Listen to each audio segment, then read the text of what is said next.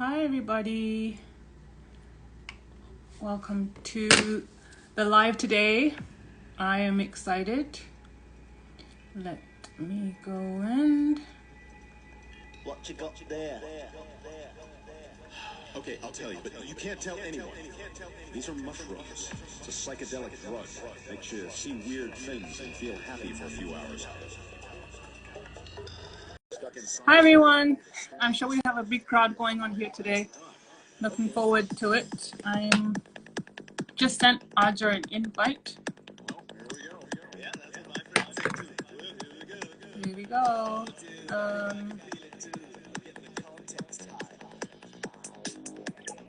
Unable to join, Ajja? Hello, how's it going? Oh, hello. How you doing? Good, you? Yeah, feeling pretty good today. Woo. Okay, sorry, I'll be serious. I'll put him back. Oh, funny. Okay, we'll put him back up here. He's nice and happy. How you doing? Good, you? I'm doing good. Yeah. Thanks for having me. Thanks for being here. Wait, let me turn you up so I can hear you properly. Let's hope I don't push the wrong button and turn you off. Oh my God, is the music, should I turn it down or is it good? No, for me it's good. All good. Okay.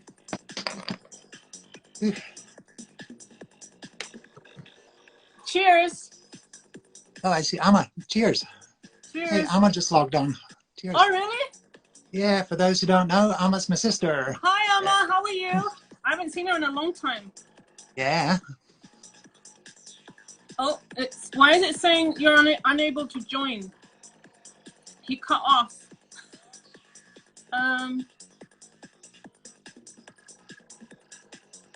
Hello? What happened?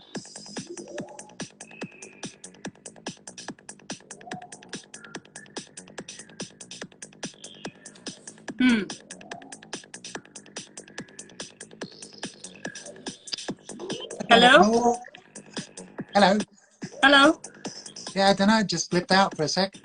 Yeah, keep on saying you're unable to join. Well, it says I'm there. Yeah, now you're not, you're like frozen. You're not moving. Oh, really? Oh, that's weird. Hang on, wait. Oh dear. Ajja, what have you done? What have I done? Wait, let me turn stuff off and change things and everything. And oh my God. Am I still frozen? Yeah, well, to me you are. That's so weird. Dear. To me, I'm not. Wait, let's ask people. What's going on? Am I frozen? Someone says I'm beautiful. Thank you very much. I appreciate that. It's so nice. Well, that's weird. Mandy says we're okay. Yeah, on mine, it's like you're frozen, so I don't know. That's weird. Faye says it's okay. We'll trust her. Faye's my niece. She knows what's going on. Yeah. What do you want to do? You want to start again, or wait? I'll quit and I'll rejoin. Give me a sec. Yeah, I'll quit and I'll rejoin. It's like I'm talking to a frozen person. Wait. Sorry, guys. Oh my God.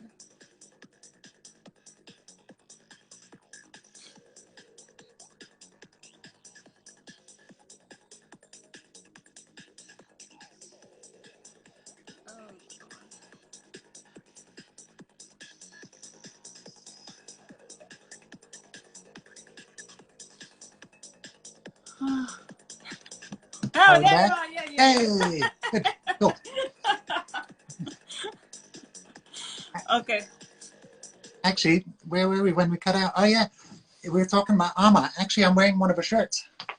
She makes shirts. Cool. I want to show it to you. Okay. So everybody can hear okay out there. Everybody can hear the music and everything. Voices are fine. Good. Please reconnect. What? Why is somebody saying? Just ignore them. It's fine. Everything's good. If we get stuck, everybody's good. Like if there's serious trouble, someone's going to let us know. Our phones are going to be ringing and everything's going to be like that. Hi Rashad. Hi Shahat. Okay. So yes, everybody's good. So good. Yeah, all good. Sweet. My mom's there too. She's saying all's good. Hi. So let's talk a bit about like childhood and India, and I wanted to know um how old were you when you came to Goa? Like, because I remember hanging out with you guys, but I just can't remember exactly when you guys came. I think it was sort of 78, maybe, something like that. I would have been about 3 years old. I don't actually remember it. My first memories, I have glimmers of memory from Swayambhu, actually, up in Nepal. Okay. Lots of monkeys and stuff like that, you know what I mean? But sort of, you know, pre-memories, let's call them that. And then my first memories is Baga Beach, yeah, is playing in the sand and palm trees and walking into a cactus. That was a big memory for me. Would you believe I walked into the same cactus twice within a space of a few weeks of each other? Oh, Once really? going forwards and once walking backwards. But yeah, so those are the sort of things you remember. But yeah, that's so I would have been about three and a half, something like that. Yeah, and we stayed there for a few years. We stayed there until 80 or 81. I'm a bit fuzzy on the date, sort of thing. But at some point we moved back to Bombay, as it was at the time it was called. We were getting repatriated back to Switzerland, right? So we stopped in Bombay for about 6 months. So there I've got more concrete memories of what's going on there. Of what's going on, okay. And then after that was Switzerland. But yeah, for me, Goa was great. It was actually, I can remember learning to tie my shoelaces on Baga Beach. I remember Amma teaching me sort of thing. That's one of my, that's funny memories. Yeah. And it was freedom. That's, you know, yourself. It was just, well, I mean, obviously there's rules because we were young and there's people telling us what to do, but there's a lot less restrictions of stuff to do. Yeah. But I think we had slightly different experiences because I was a little bit younger. So in that stage, I didn't get to go to the parties. I have a memory of a few parties back then, but my memories are being frustrated back at the house while the big kids went to the parties. And me, I was at home going, I want to be, why are they over there? You know, I want to be there. So I think, so it's more childhood memories. My party memories didn't come in till I came back at the end of the 80s, early 90s, like that sort of thing. And that's where I remember hanging out with Rocky and Sky and Morgan and everybody, and driving motorbikes and being an idiot generally, sort of thing, you know, and just having a good time. We used to be called, at that time we were called the Shore Bar Gang, was Rocky, Sky, and we all used to we were like the Shore Bar Gang. That's something I remember a lot, was the Shore Bar thing of the, I can't remember which year it was, but the parties got stopped one year and it became really hard, and the Shore Bar started doing its thing after the flea market and starting that mini format of a party that went from sunset till about 10 o'clock or something like that. It was about 4 hours. And that was something I don't know, I didn't realize it at the time, but thinking back about it, that was kind of the beginning of a sort of outdoor clubby format in a way, because it went from the long party, the all-night parties up in Badam and everywhere and all this sort of stuff, to a thing where you had a definite time frame. Yeah. You knew that it was going to start there, you knew that it was going to end there. So it's kind of like a more of a social gathering in a way, sort of thing. That was, but yeah, the other thing I remember a lot about the Shore Bar was everybody arguing about music all the time. You know, about what to put on, what to play, and was there a buzz in the speakers, and taking everything so seriously, you know. There's something that I'm really surprised I've ended up making psychedelic trance myself, because I ran from it when I was a kid, man. I mean, obviously all my mates were doing it, and my mates, you know, fathers and, you know, everybody was doing it, sort of thing. So I was around it, but I just could not take it seriously. It seemed like this big thing that, like, wow, I'd much rather go off on my bike and go up on Badam Hill and have a smoke and watch the sunset, sort of thing, you know, and have a bit of fun with my friends, sort of thing. That was much more what I was into. Yeah, me too. I mean, I was more into like just enjoying the lifestyle there, and not getting in so much involved in all those DJ music things. No, but I do understand it. This is something that you've lived it a bit more than me, actually, because you continued in the music-y thing before I did. I was in rock and funk and other stuff. Um, there was less music at the time. I Yeah. remember people getting really pissed off if somebody played a track that they wanted to play, sort of thing, you know, and actual fights breaking out and these feuds that went on all season because, oh my God, and I was supposed to have that one, and really feeling proprietary about the music, sort of thing. That and the sound systems themselves, you know, building up the sound system slowly and bringing amplifiers out. And there's a lot more investment, emotional investment in the Yeah. actual music and party scene itself. So now I kind of understand it a bit more because this was their life. That's what they like doing. That's what they wanted to pour their energy into. So it Yeah. makes, at the time I was like, nah, nah, you know, I was much Not for more into you. guitar music and all this sort of stuff. And parties were a way to meet people and go out with friends and stuff. But I wasn't even on the dance floor that much, you know. I was one of the guys shuffling on the corner, kind of looking a bit sort of like, feeling a bit out of place. You know, it's generally me and Rocky hanging out together because we are of this slightly younger, a few years younger generation. So I think, Yeah. yeah, but loads of fun, yeah. Yeah. So actually when you got into so you were into all different kinds of music obviously before you got into the um sci scene. I'm just wondering when you actually started like making music, what kind of music did you start making, Ajja? Well, it depends. Yeah, I started young. I started when I was 14, sort of thing. So that would be in the somewhere around in the, not even younger than that, but yeah, somewhere in the mid 80s, I started making music, but it was rock and roll music sort of thing.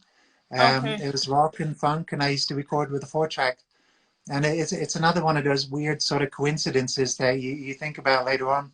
One of the first drum machines I had was actually an 808 that a friend had lent to me, but I didn't make electronic music with it. I put it on the floor because I didn't have any MIDI, and I'd play my songs with my guitar, and then I'd start it with my foot when it was time to start the drum machine, sort of thing. So it's very low tech, right? But the thing that always struck me was that in these early records I made, because I made about 7 albums before I was 17 that I self-released and sold and everything, over 100 songs, but where I'd play all the instruments and play bass, guitar, sing awfully, all this sort of stuff. I Get hope lost, nobody ever Domino. finds We the need tape. Ajja. Okay. What? Oh well. um, but so what was I saying about that was that, yeah, on all these tapes, the drum machine cuts through. It's really weird.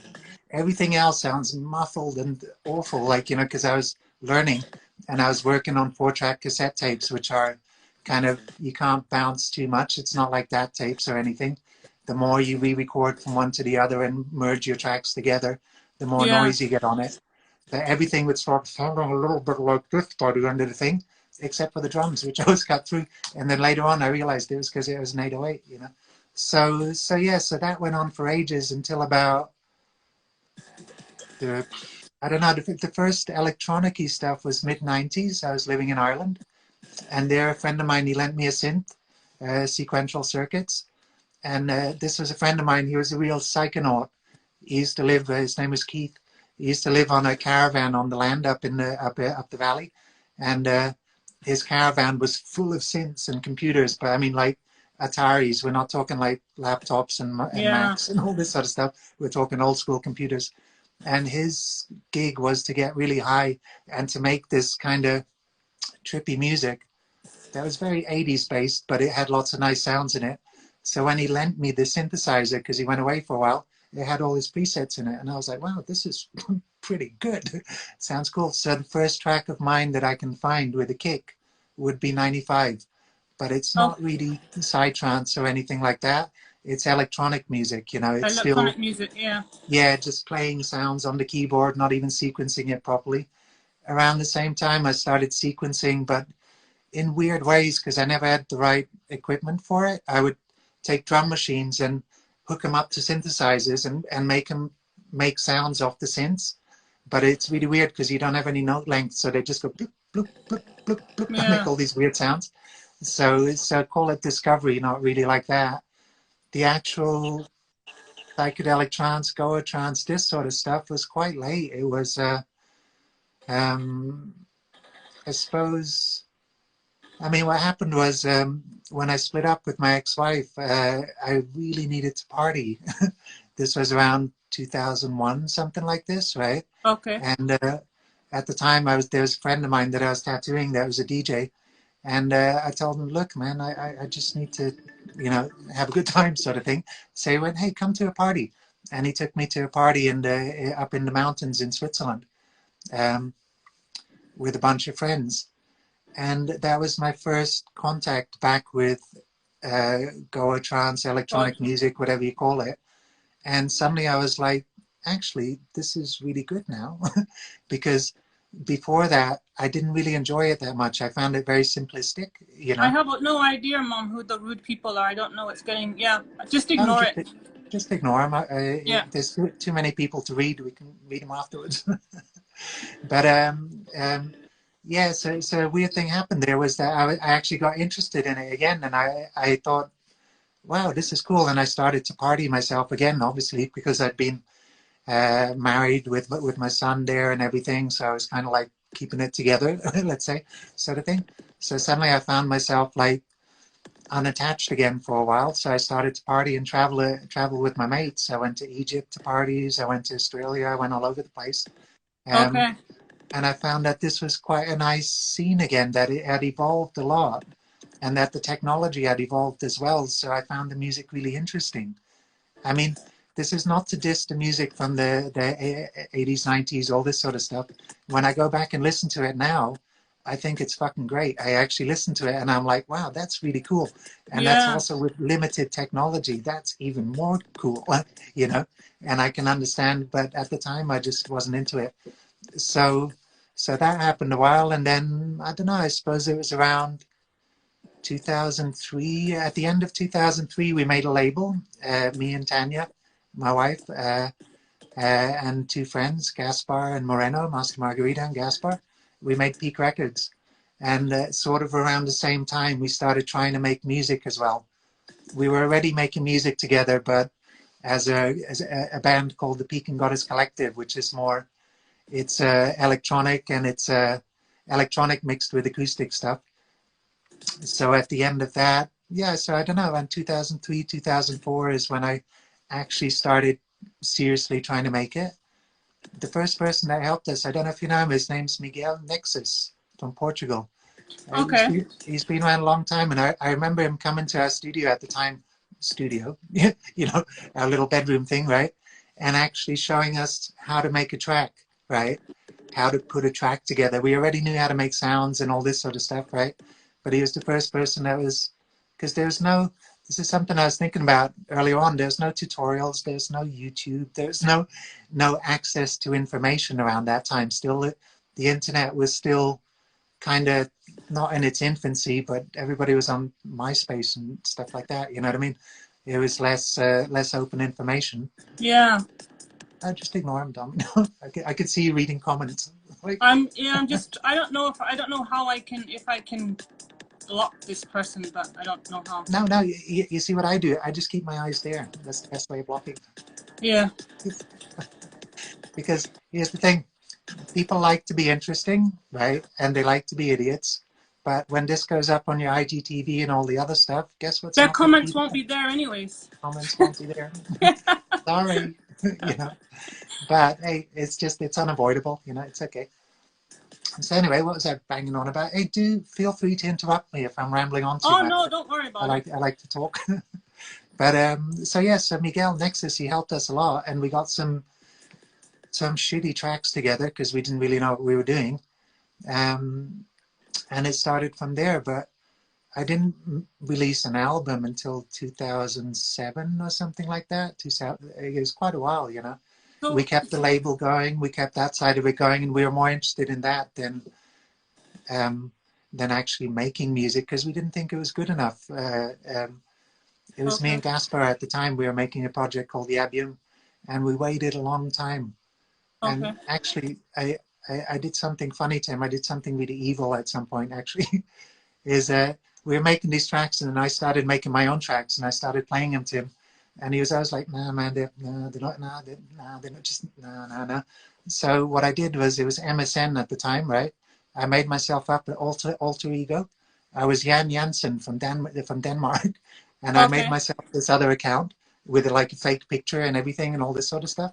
And then I got in touch with him, and I sent him my tracks. I struck up a friendship with him as a label, right? And I sent him my tracks, and it was quite interesting because the next day we went to the studio, and then suddenly I had Gaspar coming in saying, "Hey man, this guy Jan Jansen from Denmark, he's making these tracks that are really good," you know. Mm-hmm. And he started playing me my own tracks, and then I let it go on for a week before I told him, and then he was really pissed off with me. It's like, oh. But yeah, so it went from there. But the thing is, there's people that helped along the way. It's important to mention them because, like I was saying, that there wasn't, now there's tutorials out the wazoo coming all over the place, and master classes, this and that and everything, and it's great. It means that there's access to information, but at the same time, it's not quite as good in the same way, because it means that I'm not saying you have to work for information, but information that you work for, that you really try and get, is much more valuable to you than an actual tutorial. Like right now, I'm learning loads from tutorials. I'm like watching all these dudes going, fucking hell, that's good, and that's good, and wish I would have known that 20 years ago. But at the same time, I think that's why people like the music I do and the music we did with the album, is that we didn't know what we were doing half the time. So we tried to do our best. We tried to emulate Digital Talk and the people that we liked, all this sort of stuff. But we didn't know how to. So we ended up doing something slightly different, which is mainly to do with the length of the kick. I realized this years later. Most people do big fat kicks that go boom, boom, boom, boom. And we got it wrong. We thought the kick had to be small and the same as the bass. So we started this style that goes do, do, do, do, where everything has the same value. And it was different at the time, and people kind of got into it and went, that's cool, you know.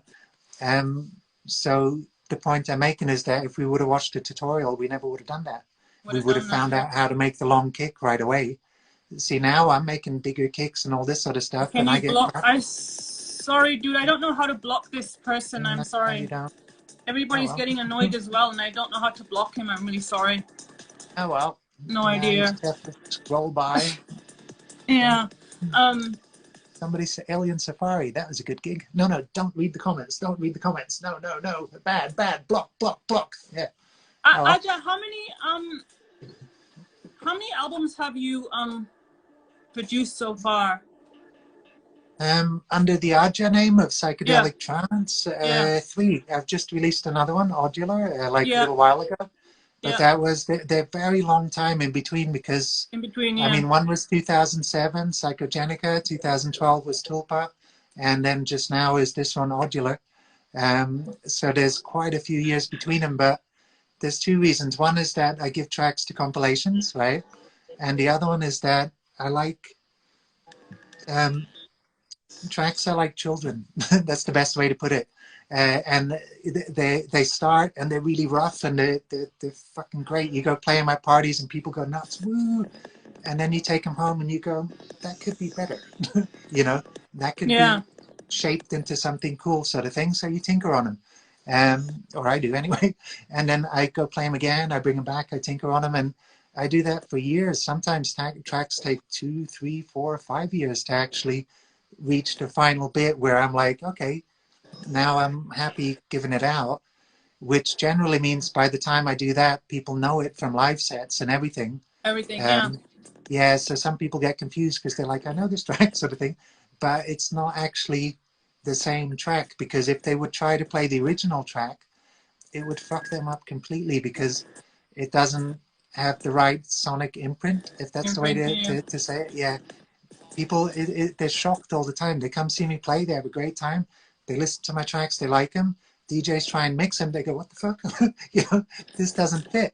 Everything else is standardized, and then there's me over there, sort of thing, right? So it's a good thing and a bad thing. It's been a curse for ages, because it means that I always don't sound as big and sort of strong as other people when I play in parties, but it's a weird thing. If you play at mid-range and smaller sound systems, it doesn't matter as much. You start hearing it more when you get to bigger sound systems. Okay. So over the past 5-6 years, I'd say my sound has evolved a lot. My sound, I mean, just what I've been doing has evolved a lot, just because I've been playing bigger and bigger and bigger parties, sort of thing, and kind of watching what works and what doesn't work, and trying to modify what I do to keep my identity but fit into there. But I've pissed a lot of people off. There's a lot of people that are like, my God, he used to be so psychedelic and he used to be so underground. What happened? You went to Brazil, you started working with this person, that person, you know, whatever. It's just, for me, it's a sonic thing rather than an actual. I Yeah. consider I'm still doing the same thing I was doing back in the beginning. When I make a track, I'm not thinking, ooh, somebody's going to like this. I'm thinking, do I like it? Am I Do you having like fun? it? Yeah. You know, yeah. The acid test is being in the studio and dancing from start to finish. And if it keeps me interested all the way through, great, good track, you know. So I think. And how long did your last album, the album that you just released, how long did that take you to finish? Like, how long were you working on it for? Working on it, I mean, if you consider the one before was 2012, then I probably took about a year or two where I started giving tracks. It says 2014, came out 2021. So that's, my math has gone to shit. But yeah, at least 7 years, I'd say, between 6 and 8 years of actually tinkering on it. Yeah, it's a long time, you know.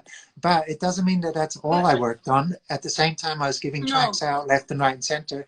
These were the ones I really liked, you know what I mean? That I wanted to keep and that I wanted to do something with. But some of them, like I remixed the Trip Switch track, a chill out track he did, chill out, 130 BPM track he did around 2000, I think it came out, 2001 maybe, maybe before. It's called Shamanic Tea, and I did that in 2015. And people have been begging me to release it since then because it's a very recognizable track with a vocal in it. And I've been, it's a staple in all my sets, right?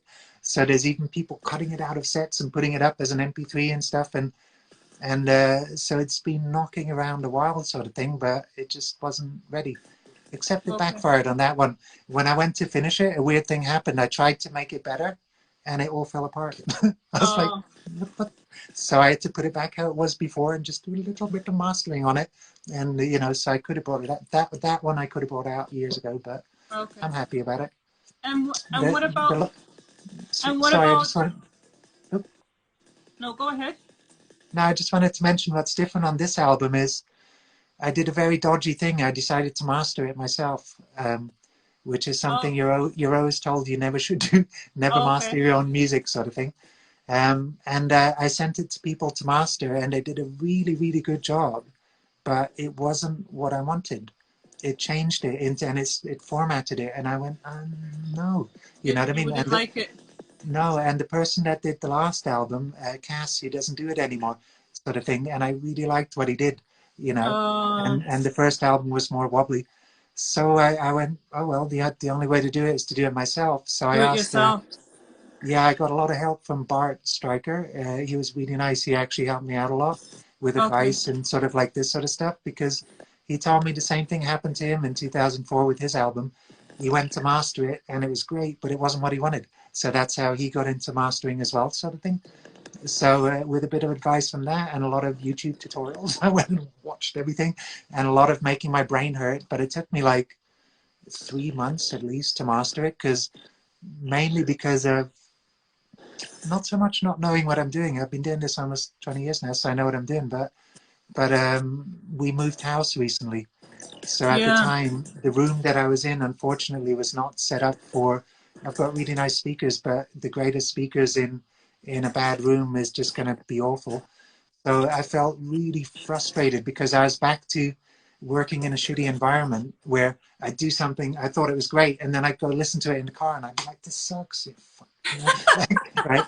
And on top of it, there's the whole pandemic thing, so there's no parties, so I couldn't go out and test it. You can't you know what I mean? Yeah. So I was fucking freaking out at some point. I was like, this is just, what am I doing? And I'd already told people, but the album's ready. The album's coming out. Yeah. So, and there's people like, hey, you said the album's ready, sort of thing, you know. So I have a tendency to do that, but it's a good thing. You just say it and then you get on with it. You kind of Yeah. paint yourself into a corner, you know, sort of way, and then you just got to get on with it, sort of Get thing. on with it. So yeah, so it was hard work, but I did it. I mean, now I've got those things. I don't know if you saw those Ava things are really good. It's the same company, these PSI guys that do the speakers. I think he took pity on me. I know the owner, he's a friend, and he brought me these things around. He's like, man, try these, you know. And I've turned them on, and they're great. They suck all the bass out of the room, so they stop it bouncing around. I'm not Okay. a person who endorses things ever, sort of thing, but those things are fucking great. I recommend them, you know. So Yeah. are you happy with the results now with the album? No, No. no, no, but I ran out Uh-huh. of time. I mean, no, yes, look, no, yes, no, oh my God.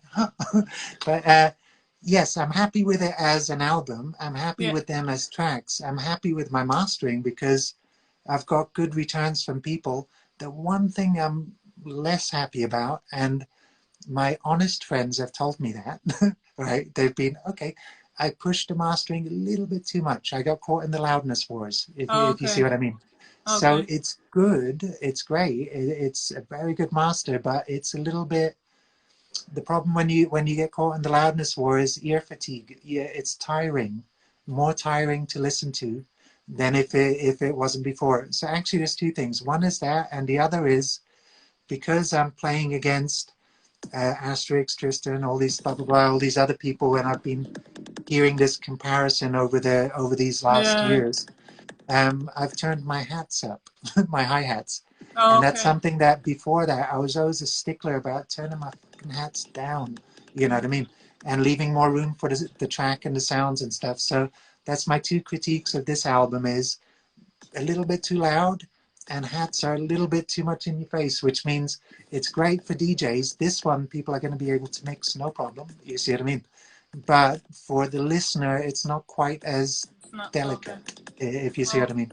okay. But it's good. It's every album is different. That's the what I come back to, and I'm already working on tons of other stuff. I've got the albums ready already, so I think so. You live and Okay. learn, but that's my honest assessment of it. Yeah. And I heard so recently I interviewed Neuromotor and I heard that you guys have done something together. We have. It hasn't come out yet. That's been an online collaboration, but it's been really, really fun because Fred is one of the people, Neuromotor, that was around way before me. You know what I mean? So he knows his shit. It's really good. It's been really interesting to work with him, and he's worked a lot in the techno scene. So he's got a Yeah. different brain Different. set, and recently Yeah. he's done a hip hop album and all that. So Yeah. so it's been a funny mix together, but we have completely different styles of music, sort of Yeah. thing. So it's It'll been be interesting. It's been a it's gonna game be of give and interesting take. to Yeah. hear. Well, there's a few. There's the one with Fred recently, and there's also the one with Mechanica. Was two with Okay. Mechanica was a very similar process. But this happens to me whenever I work with people that have been doing this a lot, and it's to do with the kick and bass. We have different tastes in kick and bass, and the other thing is I like layers. I like filling things up, and I like to have 10 things going on at the same time. And when you first listen to it, you're like, the fuck is that? There's too much stuff, sort of thing. But the more you listen to it, the more there's different things going on. And most of the people that end up in big festivals, they realize pretty quickly that the less sounds you have, the stronger it is when you're on a big system, and the more it translates, and the more your idea is concise, if you know what Yeah. I mean. Yeah. So, which is kind of harder in a way. I've always felt like I'm kind of hiding behind the layers. I mean, it's making me think of something funny. Dick Trevor, a good friend, we work a lot together, and one of the best musicians out there. I work a lot with him, and I work a lot with Gustavo Burning Noise. We do a lot of Okay. projects together. Um, but I remember Dixter years ago. He tried to remix one of the tracks from Tulpa, and I was all excited. I was like, "Man, Dixter, he's going to remix one of the tracks." You know what I mean? So I prepared the project and everything. I send it to him, and I don't hear anything for a while. I don't hear anything for a while, and then eventually I'm like, "Dixter, what happened to the track?" Sort of thing. And he told me that he couldn't remix it. That as soon as he started taking apart, there was no single lead that was the identity of the Oh. track. You see what I mean? it Yeah. was a real eye opener for me for what I'm actually doing with my music. It was really nice to get that feedback. So he remixed it anyway. I tested it out myself. I played it in DJ sets. He did a really good job, but I totally understood his problem. He was like, it's all about the balance in my tracks, and it's about the progression of one thing to the other. And that's that. It's logical like that. If you take it apart, there's nothing there. So it's a really good concept. But this comes back when I work with other people, because I keep trying to do that, and they Yeah. keep trying to do the opposite. Finding, I tell you, who's been really good at it as well as Chelly Earthling. We've made a Yeah, few tracks Charlie, yeah. together. He's great, but with him, I tend to shove loads of sounds at him, and he does choppy, choppy, choppy, choppy, and putting them together. But he doesn't mind. He's like me. He'll work on track for years, sort of thing. You know what I mean? To get it right, To and get it change right, kick and yeah. bass 20 times and keep going. There's a few people that are like that I've worked with. Chelly, Dixter, Gustavo, Brain Cells, another one. Okay. Yeah, I mean Tristan. I've worked with loads of people like that. Loads But of there's people, yeah. some people are And you really, have yeah. lots of other stuff too, like you've got your ambient and your Oh, I've chill. got tons of Yeah. projects, but the one that I really like, it's called Junju. I've got another Juju. project. Yeah. Okay. I mean, a lot of people have heard it already. I've only ever released one track on tip, and then two tracks I self-released. I've got an album of it ready, but this was when I started playing at bigger festivals. I thought, wait, maybe I should split into two personalities and Okay. have one that's more 140 BPM, 138 sort of stuff, less sounds in it, a little bit more melody, a little bit longer break that goes down and back up, in an attempt to conform, you know. But it backfired. It's still me, just at 138. What actually happened is I never released them, but I play them at 146 and 148 in my own sets. I just speed the fuck out of them, and they work really well because they're quite empty, and suddenly they sound all tight, and people are like, "What the fuck is that?" So I think it's good.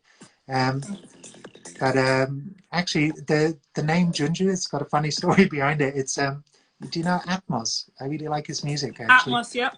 Yeah, he's a great guy. We get along Yeah. really well. We've never worked together, but at some point, I remember we were in Azora, me, him, and Tanya, and we were just having fun and farting about, and he was going off on how things get lost in translation, and he was talking about Korean movies, about watching this one where there's two brothers, Sanju and Junju, on both sides of the border, and how the scene is 20 minutes long, and it's just them calling out to each other with different intonations in the voice, with Oh, lots okay. of emotion. Sanju, Junju, you know, Juju. and how it goes on, and you're really stuck in the scene. And then when you see it dubbed, it completely loses it, because it's the same two guys going Sanju, Junju, Sanju, Junju. So anyway, out of that, it was when I was making this project, and because he does that type of music as well, sort of thing, I kind of took the name, sort of thing. Okay. So it's funny, I Um, call him Sanju whenever I see him. Sanju. Also, so Ajja is your birth name, right? No, It's no, not. my real name is Salvador. Salvador. Okay. Yeah, So yeah. so Ajja is your just your artist name? No, Ajja is when I was about, I don't know how old. I want to say about 6 months old, something like that. You know what I mean? Ajja is actually a rolling tobacco from Belgium. It's called Ajja-2021. Yeah. Okay. So, and the thing is that at the time, our family was living in the south of France, I think it was. Okay. Yeah. And dirt poor, man. No money at the time, sort of thing. So, very few possessions, right? So, the things that were important were the baby, me, the youngest baby of the lot, and the tobacco, obviously, because they were smokers, sort of thing. And so it was always like, pass the baby, pass the Aja, and they told me Salvador seemed like such a big name for a tiny Big. baby. But at some Okay. point, the two things just got confused, and I became Aja. You know, Wow. I mean, that's the best story I ever got. But I reckon they were high myself. That's I- my, you know, there's just no other explanation. You know, but I grew up as Aja. My parents call me Aja. Everybody calls me Aja. So Okay. if So somebody says Salvador, I don't even react. It's don't just even not me. well, Yeah, yeah. I mean, Ajja yeah. suits you more, I think. But Why? Thank you. I think so yeah. too. Yeah, but yeah. Okay. So it seemed So it's pretty that's much my name. it was like a nickname, but it became your name. It's been my name since I was young. Okay. But also I've got brothers. Sorry, my sisters are Aya, Ama. You know, Bob. Ama, Aya, Yeah. Aja. So it's kind of part of the whole thing. and then you Yeah. have Philip, who's kind of like Philip. Yeah. somehow, Yeah. you know. But yeah, so I grew up like that. But it's funny, Okay. in a lot of languages it means grandfather. And the Indian people always laugh at me because it's like Ajja, Ajja. It's Ajja, grandfather. Ajja, Ajja, Ajja, Ajja. Yeah, Okay, yeah. so and So I then always I get want the titter. You know. then I want to ask you, um, what age were you, and where was your first,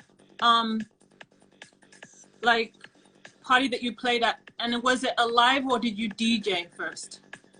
No, I'm not a DJ.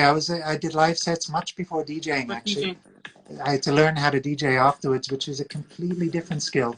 And actually learning how to DJ was really interesting for me. I got a lot of respect for people that DJ after that. And then I love DJing.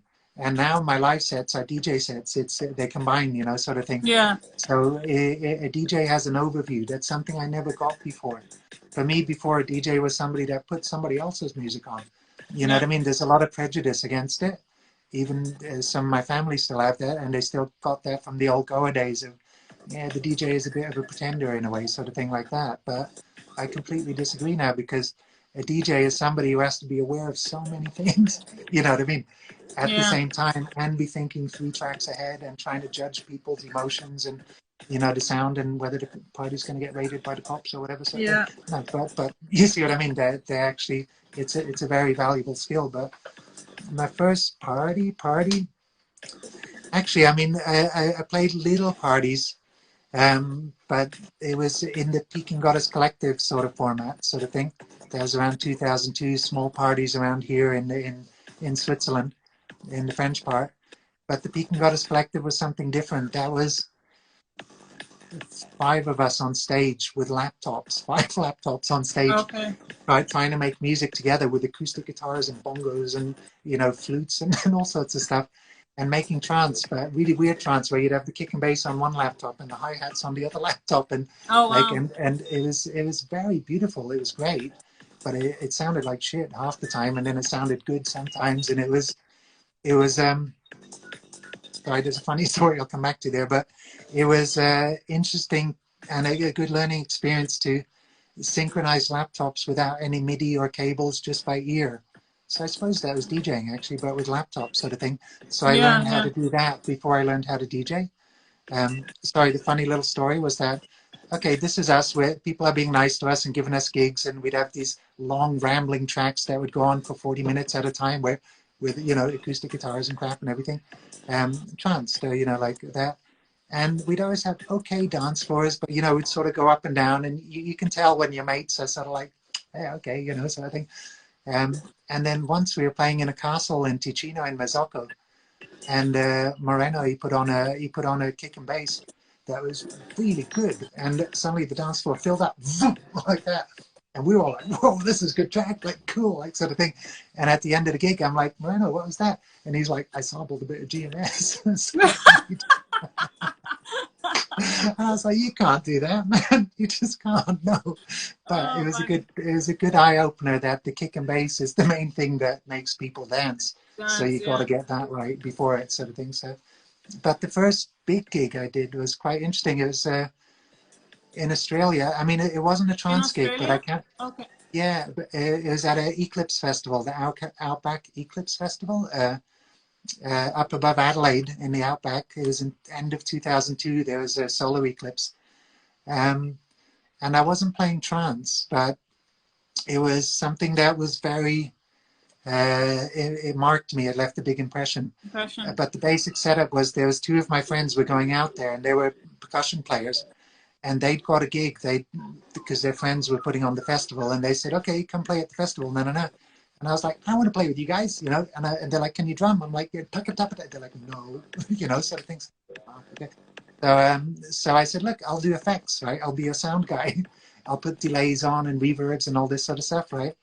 And so we went to Australia. We had this long trip where we went through Thailand, everything. We were away for quite a while, and we bought a bus over there, everything. We did the full shebang. We were traveling around, all building up to this festival, this eclipse, right?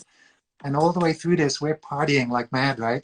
Because that's what we did, right? And every now and then they were like, okay, we got to practice for this gig. So they'd sit down and they'd start practicing their drums, and they had all the technical terms for all the rhythms. And okay, we're going to do like 8 bars of this, and then I'm going to bring the shaker in, and then, and me, they forced me to sit along next to them and go, now I'm going to turn a delay on, because obviously we're in the middle of nowhere with no electricity. So what am I going to do? I can't plug anything in, but I have to go through this setup with them.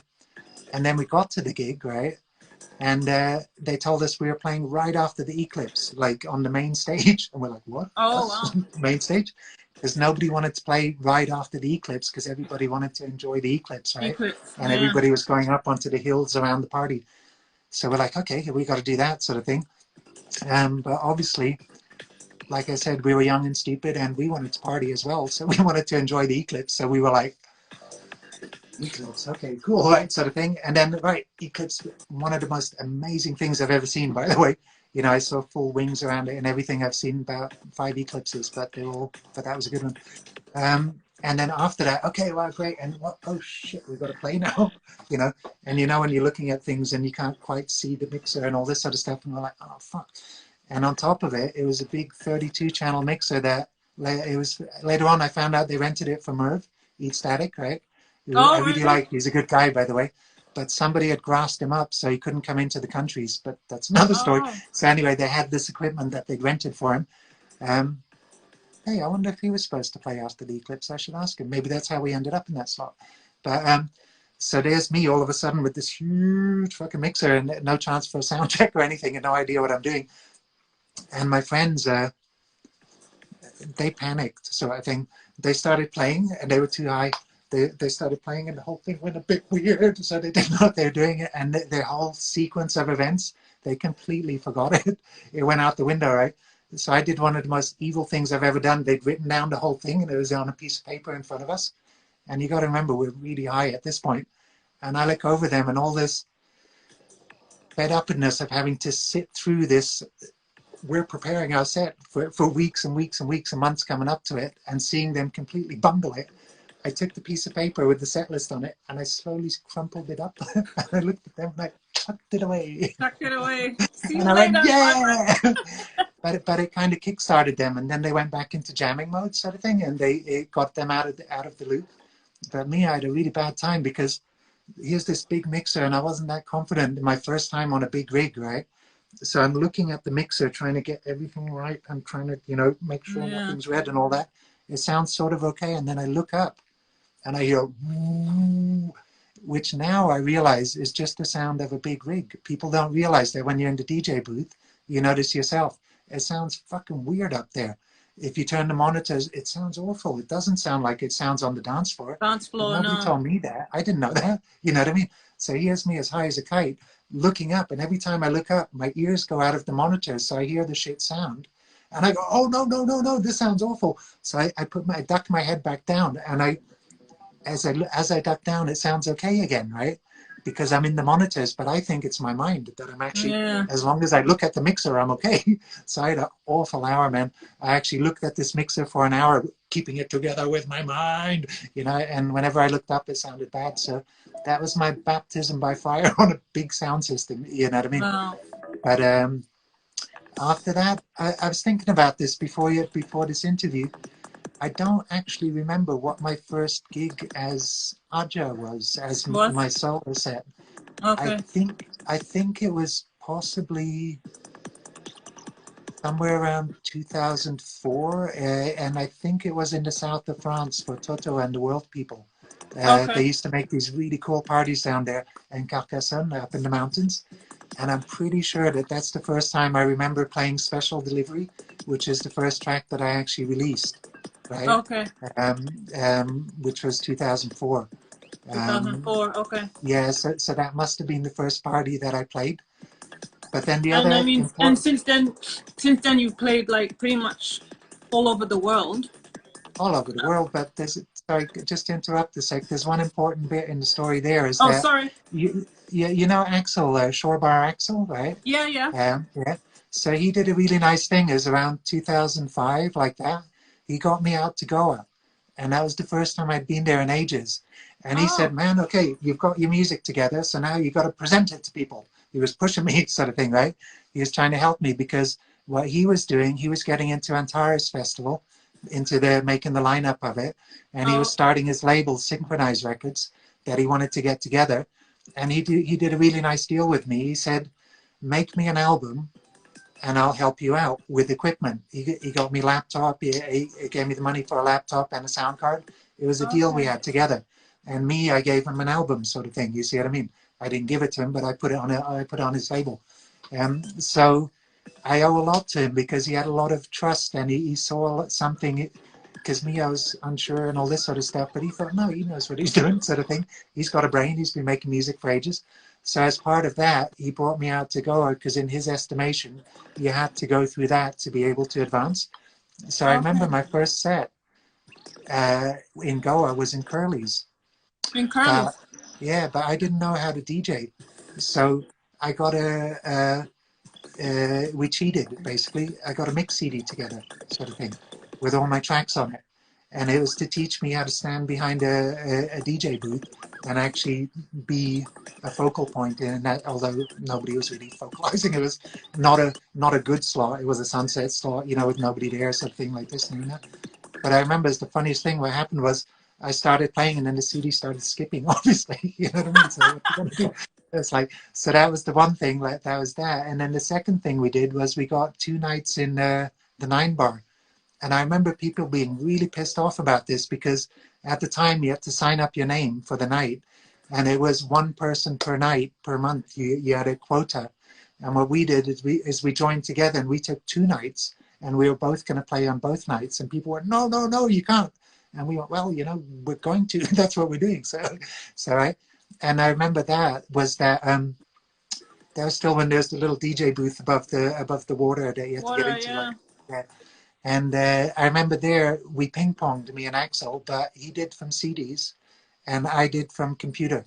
So I would mix 3 tracks from a computer, and then he would mix in from a CD quite smoothly, and then do 3 tracks, and then I'd sort of bumble in with the computer again, sort of thing, you know, try and figure my way through it. So that was it was really nice of him to actually help me out like that, because he took a big risk. And then after that, the DJing was, do you know Mubali, Greg? He's from San Francisco. He makes really nice music, actually. I did a ping pong set with him at some party in Switzerland, sort of thing. And that's the first time I remember DJing with CDs. But that was later. That was a couple of years later again. Or no, maybe 2007. And that's when, but on Denon's, really shitty, you know, with the plate like that. Yeah. I really hated those. But yeah, that's where that started. So. Okay. Who else? Yeah, there's something else I'd like to mention is, do you know Ocelot? Does that ring a bell? Aaron Peacock. Yeah. Okay, he showed me how to make a kick drum. He's the person that I've thought about how to make your own kick drum. And the other thing he showed me, he showed me in Gasper, but I picked up on it. He actually, he was doing a weird thing with the synth, soft synth called the Albino. He was making this FM sound together. And I went, that's really cool, sort of thing. But he was doing it in his own way. You know, his music, it all bends up and down and is very extremely trippy, but quite weird. a lot of it, sort of thing. You know what I mean? So the reason I'm mentioning it is because that's something that people have associated with me quite a lot, this particular lead sound that I learned off him. Except me, I cleaned it up and I made it straighter and flatter and more rhythmic in a way, sort of thing. So I did my own thing. So I've got it's good to acknowledge where your stuff comes from. So I'm a big believer in that, definitely. Everybody comes from somewhere. You know exactly. what I mean? We all have our own story of how we started. So yeah. Well, that's yeah, it's very interesting. I mean, you know, you kind of were like in Goa from childhood a bit, but that's not really where everything started for you. It started elsewhere. No, but the thing that what I realized is that when I went back when I was a teenager, I did go to parties and I did hear all this music. I was there when Little Fluffy Clouds actually came out first time and everything. I remember that sort of thing like that, you know. So all this music did go in, even though I didn't. We're all sponges and we take all this stuff in. And especially when we're high and doing stuff and whatnot, it's you know, you imprint on stuff. So yeah, I just didn't make it until a lot later. But I do think it actually, something not a lot of people realize, or some do, is that I don't program music. I program sounds, and I write software. I do all sorts of shit like that. But when I'm making music, I record it. So I'm jamming. Yeah, So I'm yeah, having fun. So the things that are coming out are things that I heard when I was a teenager and all this sort of stuff. It's instinctive. That's what you try and reproduce, you know. yeah. So it did have a good effect, you know. Okay. But And yeah, what are your plans? I mean, you know, like obviously with this COVID and everything, things have like put a hold on a lot of things. But what's your plans like moving forward? Do you think? moving forward, well, like I say, we just started a label up, me and Tanya, Yeah, Superfluid Sound, because labels are great, but you know yourself, even with the best of intentions, you lose control of your stuff, and then it just gets, you know, it doesn't mean I'm not going to release on other labels, but I wanted to have somewhere that, you know, that I was happy with, and Peak Records yeah. kind of got to, it went into stasis, it went into standby, because it was not something me and Tanya started, it was something that a bunch of friends started together. And then one friend kind of fucked up with a lot of stuff, and another friend fucked up with stuff. So it became more and more of a mess, the whole thing like that. So I didn't want to put more energy into it, you know. It's not closed, but I don't know, people have noticed it hasn't released any compilations or anything in ages. So we started our own label where we can release stuff that's mainly mine. We're not going to have label DJs. We're not going to do compilations. We just have Okay, somewhere where people, it's a way, because as an artist, it's hard to get your own music onto Beatport, Spotify, all these other okay, things. And if you're a label and you have a distributor, it's a lot easier. So we did this. So now okay. people can find it on Apple Music all over the place. All over the You know, place. that was the point, you know, Okay. to do it like that. Yeah, I just Although got your got your album off Apple. yeah, one thing that makes me really happy though is, thanks, but is a lot of people have been getting it off Bandcamp. That's why you know, everybody ends up as #1 in Beatport, and you'll notice that my album and all that didn't. But the reason is everybody got it on Bandcamp. So I want to say thanks to everybody for getting it on Bandcamp, because that means that the majority of, minus what Bandcamp takes, comes straight to us, doesn't get diluted through a bunch of other people. Other people, It's yeah, just, yeah. yeah, there's no secret that Spotify pays, you know, a pittance to people. Yeah. Beatport takes it, you know, half the money and all I this don't know sort of anything stuff. about So Spotify, so yeah, I'm like yeah, no clue. I don't go on there. yeah, I know. But a lot of people do. That's why it's important to be on there, just so that people, you know, I mean, it's kind of turned around. I was talking to Fred and all these other people, Neuromotor and Mechanica and everybody, and all these Space Tribe, and back in the days, people used to make money off the albums, you know, and they used to. I remember seeing it. People would release a track once, then release it again on another compilation, then do a slight Yeah. tweak and release it later on, and they'd get these amazing advances from these labels of thousands and thousands of pounds, right? And then suddenly it switched at some point, and it went the other way. You know, back in the days, the albums were the money and the gigs were the promo for the albums, Yeah. and now it's the other way around. You don't make Other way money on the around. albums. Yeah, because people download stuff, you know what I mean? Yeah, I mean, that's the thing. some people, and I'm okay with it. I don't think it's a bad thing, you know, because it's out there anyway. You can't stop it. So, and that's what, it's a new generation of people that have grown up with access to everything. So, and me, I go listen to stuff all the time, you know what I mean? So I'm not angry with people that download it. I Yeah, feel a yeah. bit miffed that people that shove it up on the Russian site 10 seconds after you released it, but you know, at the same time, if they Okay. don't, somebody else is going to do it. So what to do, you know? I don't know if you noticed, but this is something else. Is that, sorry to We finish that thought? It means that the gigs is where you make the money, or you did before. yeah. Yeah. We're gonna Um. cut the time here, I think, pretty soon. Okay. You tell me whenever. It's well, from what I can see, it says 59. So I don't know. You can cut it and call me back if you want. I'm here, but you can't shut me up. Okay. Well, yeah, just because I know that if I go, I'm not really sure how it works. If there's a new thing, if I go over an hour, then I can't save it. I have no idea. No, what I wanted to tell you as well is, if you want it to go longer, you can send it to me and I'll cut it up. Yeah, and I'll edit it because I'm good Oh, with that. But Okay, so if I save this now, then can I call you back? yeah, call me back. Okay. All right. Let's do that then. Bye. Bye.